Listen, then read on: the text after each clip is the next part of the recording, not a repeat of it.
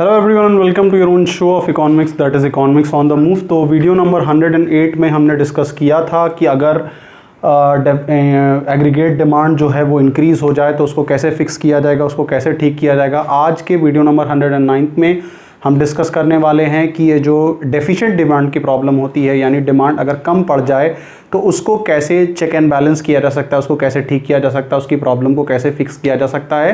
तो स्टार्ट करने से पहले हर बार की तरह मेरी ये रिक्वेस्ट रहती है आप सभी लोगों से जो फर्स्ट टाइम हमें देख रहे हैं कि आप हमारी वीडियोस को प्लीज़ सब्सक्राइब करिए। जो लोगों ने ऑलरेडी सब्सक्राइब कर रखा है वो ज़्यादा से ज़्यादा लोगों तक इसको पहुंचाएं, शेयर करिए, बेल आइकन को दबाइए, साथ ही साथ सोशल मीडिया प्लेटफॉर्म पे भी हमको फॉलो करिए इकोनॉमिक्स ऑन द मूव के नाम से। तो चलिए स्टार्ट करते हैं और वीडियो नंबर 109 पे देखते हैं कि डेफिशिएंट डिमांड यानी ये जो लैक ऑफ डिमांड होती है इसकी प्रॉब्लम को कैसे हैंडल, कैसे सॉल्व किया जाता है।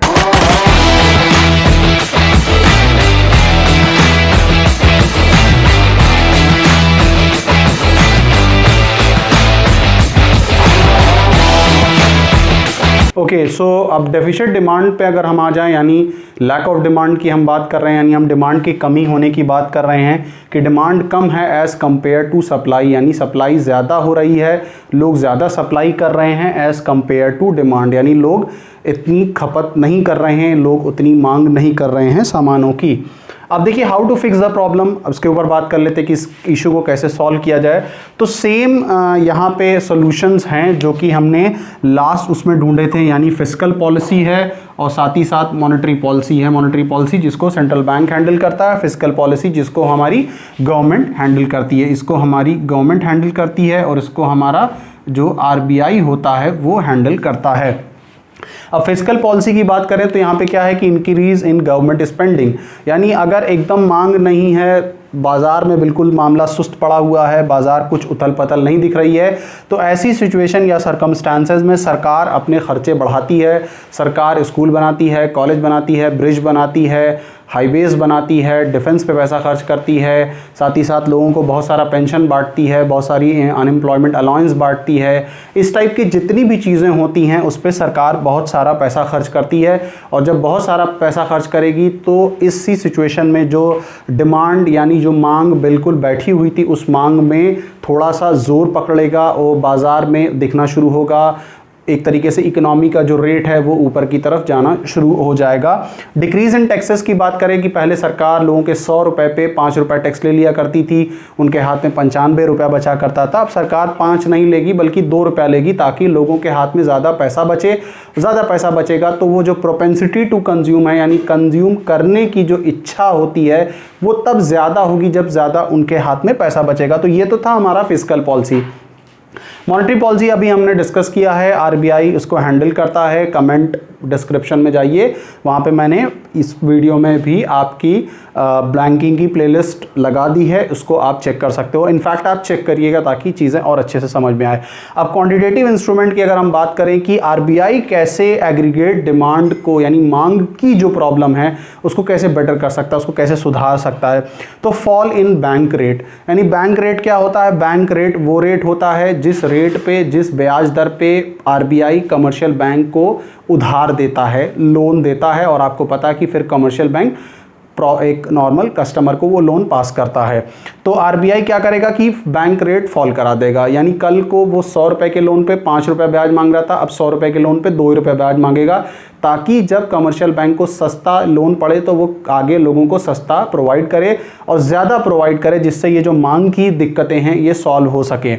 फॉल इन रेपो रेट, मैंने अभी बताया कि रेपो रेट और बैंक रेट बिल्कुल एक जैसा होता है, बस 7 दिन, 14 दिन, 28 दिन का फंडा रेपो रेट में इन्वॉल्व होता है। यानी यही फंडा है कि हमारा आरबीआई कमर्शियल बैंक को, इसमें मैं थोड़ा सा लिख के बता दे रहा हूँ, होता फंडा यही है कि हमारा आरबीआई जो होता है वो लोन पास करता है बैंक को और बैंक लोन पास करते हैं कस्टमर को। यही एक तरीके से ये फंडा होता है, ये चेन चलती रहती है। तो बैंक रेट और रेपो रेट में दोनों में बातें एक ही रहती, बस रेपो रेट में जैसे मैंने लोन की टाइमिंग बताया कि 7 दिन, 14 दिन या 28 दिन के लिए ही लोन मिलता है या फिर लोन ऑफर करता है आरबीआई यहाँ पे कमर्शियल बैंक को कम ब्याज दर पे। यानी कोई चीज़ जब सस्ती आपको खुद मिल रही है तो आप फाइनल कस्टमर तक उसको सस्ता पहुँचाओगे। जब सस्ता पहुँचाओगे लोग ज़्यादा लोन लेंगे, ज़्यादा इन्वेस्टमेंट करेंगे, ज़्यादा कंजप्शन करेंगे, तो ये जो डिमांड सुस्त पड़ी पड़ी हुई है, मांग जो नहीं दिख रही है वो धीमे धीमे दिखना शुरू होगी। Purchase of security. अब देखिए परचेज ऑफ सिक्योरिटी का क्या मतलब होता है, मैं अपने आप को आरबीआई मान लेता हूं, आप जितने लोग इस वीडियो को देख रहे हैं आप सब के सब कमर्शियल बैंक है। मैं क्या करूंगा, आप सबसे कमर्शियल यानी कमर्शियल बैंक भी हैं आप स्टेट गवर्नमेंट भी है, आप सेंट्रल गवर्नमेंट है। मैं आपको बता चुका हूं कि आरबीआई के ये सारे लोग कस्टमर या क्लाइंट होते हैं। आरबीआई इन सब से सिक्योरिटी खरीद के इन सबको जो है बहुत सारा पैसा बांट देगी और ये बहुत सारा पैसा आगे इकोनॉमी में बहा देंगे या फिर फ्लो करा देंगे, जिससे ये जो मांग की दिक्कतें खत्म होगी।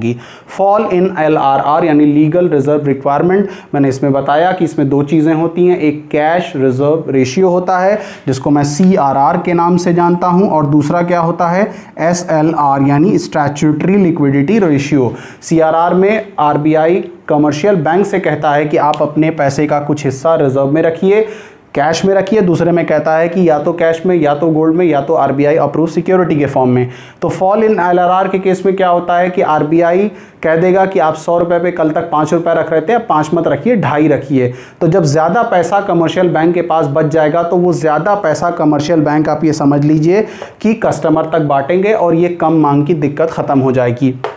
क्वालिटेटिव इंस्ट्रूमेंट की बात करें तो फॉल इन मार्जिन रिक्वायरमेंट है। तो यहाँ पे फॉल इन मार्जिन रिक्वायरमेंट का क्या मतलब है कि फॉल इन मार्जिन रिक्वायरमेंट यानी कल को 100 रुपये के लोन पे आप ये समझ लीजिए 100 नहीं बल्कि 1 करोड़ के लोन पे 20 लाख एक तरीके से सिक्योरिटी जमा करनी पड़ रही थी या फिर जो रेट्स ऑफ इंटरेस्ट था वो बहुत हाई पे करना पड़ रहा था। आरबीआई ने अब ये कह दिया कि अब 1 करोड़ के लोन पे सिर्फ 5 ही लाख आप सिक्योरिटी जमा करिए और बाकी पैसा ज़्यादा से ज़्यादा डिस्ट्रीब्यूट करिए, ताकि ज़्यादा जब कम आप सिक्योरिटी लोगे तो जो बाज़ार में लोग हैं वो ज़्यादा इंटरेस्ट लेंगे और ज़्यादा पैसा वो लेंगे, ज़्यादा पैसा वो कमर्शियल बैंक से लेंगे और ज़्यादा पैसा वो आगे बढ़ाएंगे। Advice to encourage lending. अब देखिए आरबीआई कमर्शियल बैंक को कहता है कि आप ज़्यादा से ज़्यादा क्रेडिट बांटिए, ज़्यादा से ज़्यादा लोगों को बुलाइए, उनको एडवर्टाइजमेंट करिए और कम इंटरेस्ट दीजिए पे लोन ऑफ़र करिए ताकि वो लोग आएँ लोन लें और जिसके थ्रू वो आगे उस लोन को बढ़ाएं और इन्वेस्टमेंट और एक्सपेंडिचर और कंजप्शन की प्रॉब्लम की वजह से जो मांग में दिक्कतें आ रही हैं वो दिक्कतें सॉल्व हो जाएं। Withdraw credit rationing. अब देखिए क्या है कि आरबीआई कह देता है कि आप जो हैं थोड़ा हर सेक्टर में पैसा को बढ़ाते रहिए और दबाव आरबीआई इसमें नहीं डालेगा। इसमें आरबीआई ये नहीं कहता है कि आप इस सेक्टर को दीजिए इस सेक्टर को मत दीजिए, बल्कि सारे सेक्टर को दीजिए ताकि मांग कहीं ना कहीं एक साथ पूरी बढ़ती रहे और ये जो मांग की प्रॉब्लम है यानी जो डेफिशिएंट डिमांड की प्रॉब्लम है ये प्रॉब्लम सॉल्व हो सके। तो ये वीडियो नंबर 109 ऑलमोस्ट 108 की तरीके से छोटा सा डिस्कशन था। आप चाहिए तो स्क्रीनशॉट ले सकते हैं इस पूरी चीज़ को जिसको हमने फिस्कल और मॉनेटरी पॉलिसी में बांट दिया। So that is all about from the video number 109. So stay blessed guys and keep on watching Economics on the Move.